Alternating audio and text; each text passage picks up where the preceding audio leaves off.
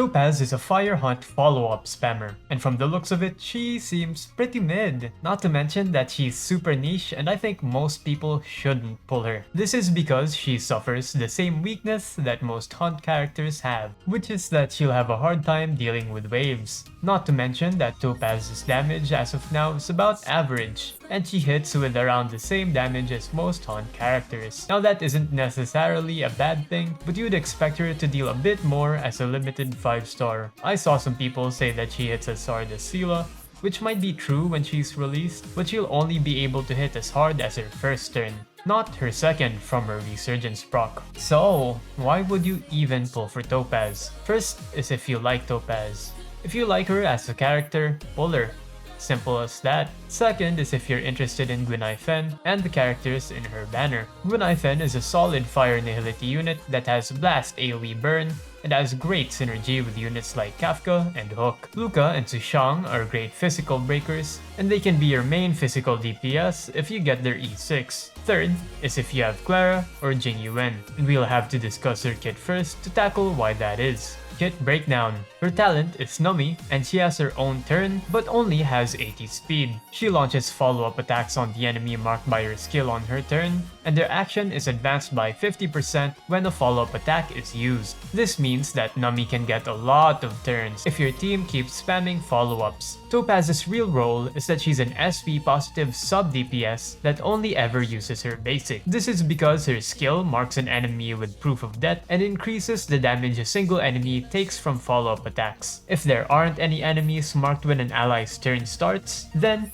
one will get marked automatically. So you don't even have to use her skill to get that bonus. Both her skill and basic are counted as follow-ups as well, so the only reason you'd want to use her skill is if you want a higher MV to deal a little bit more damage. Her ultimate just increases Nubby's MV and crit damage for a set amount of turns. Clara's counters are counted as follow-ups and can boost her damage. Jingliu's Lightning Lord is also counted as a follow-up attack. Are you seeing a theme here? And the final reason you might want to pull is because Topaz is an investment for future units. What I mean by this is that there will most likely be other units that combo off Topaz. I reckon more follow-up attackers will want Topaz, and getting her now will pretty much lock your account to pull for those other follow-up units as well. Though we don't have any information on exactly how effective Topaz will be alongside those future units. I think this is akin to the Nilou situation. In Genshin Impact, Nilou seemed pretty mid when she was released, but that's only because her combo pieces weren't released yet. When Nahida and the other pieces followed, she became a very strong unit alongside them. Conclusion: I believe Topaz is a unique unit, and her niche will eventually find a nice spot in the meta. Until then though, I genuinely think Hook E6 might outdamage her as a fire main DPS. I know comparing units is kind of looked down upon, but I think it's worth noting the power of other DPSs in the same element, especially since Star Rail is a color matching game. But we'll see. Maybe they'll adjust her numbers and make her stronger. If you don't have Clara,